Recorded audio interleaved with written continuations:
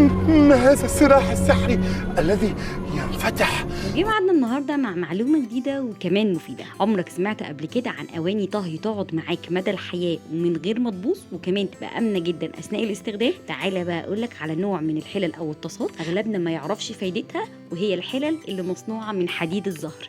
حبيب قلبي والطحال واللوز والجهاز الهضمي كله.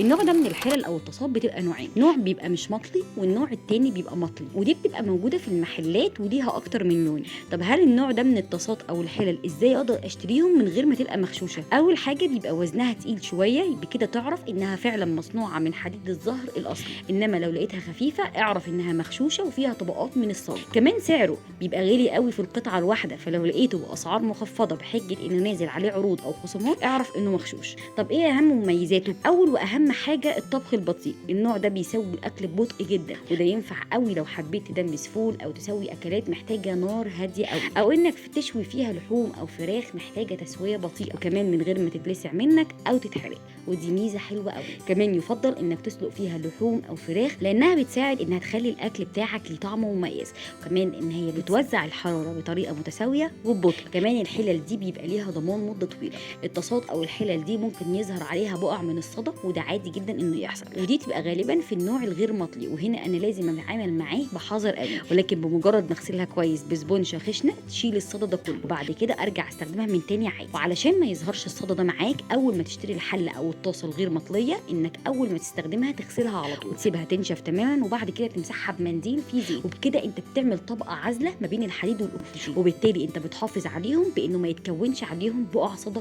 تاني. ولكن الافضل انك تشتري بقى النوع المطلي علشان يريحك من كل دوت، لان بيبقى عليه الطبقه العازله. طبعا النوع المطلي ده بيبقى اغلى بكتير من التاني، خلي بالك انه ما يقعش منك، لان الطبقه العازله اللي جواه دي ممكن تتشرخ او تتكسر، وبالتالي هيتكون الصدى فيها وهيطلع في الاكل. وبكده تكون خلصت معلومه النهارده. استنونا في حلقه اقوى بكتير. سلام عليكم.